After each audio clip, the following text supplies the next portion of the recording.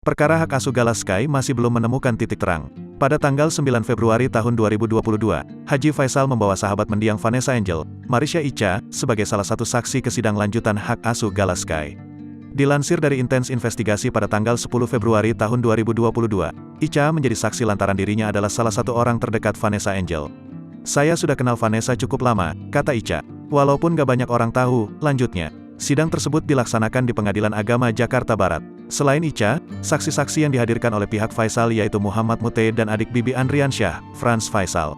Di dalam sidang, wanita 29 tahun itu memberikan pendapatnya mengenai pihak mana yang lebih pantas untuk mengasuh Gala.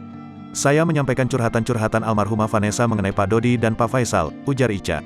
"Saya juga menilai yang mana yang lebih layak mengasuh Gala, di antara dua kakek tersebut," lanjut wanita itu.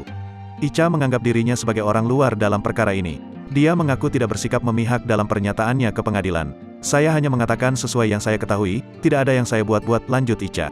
Selama berlangsungnya sidang, Dodi Sudrajat tidak menampakkan batang hidungnya. Tidak ada alasan yang jelas kenapa ayah dari Vanessa Angel ini tidak hadir dalam sidang perwalian cucunya. Dodi, diwakilkan oleh kuasa hukumnya, Tegar Firmansyah.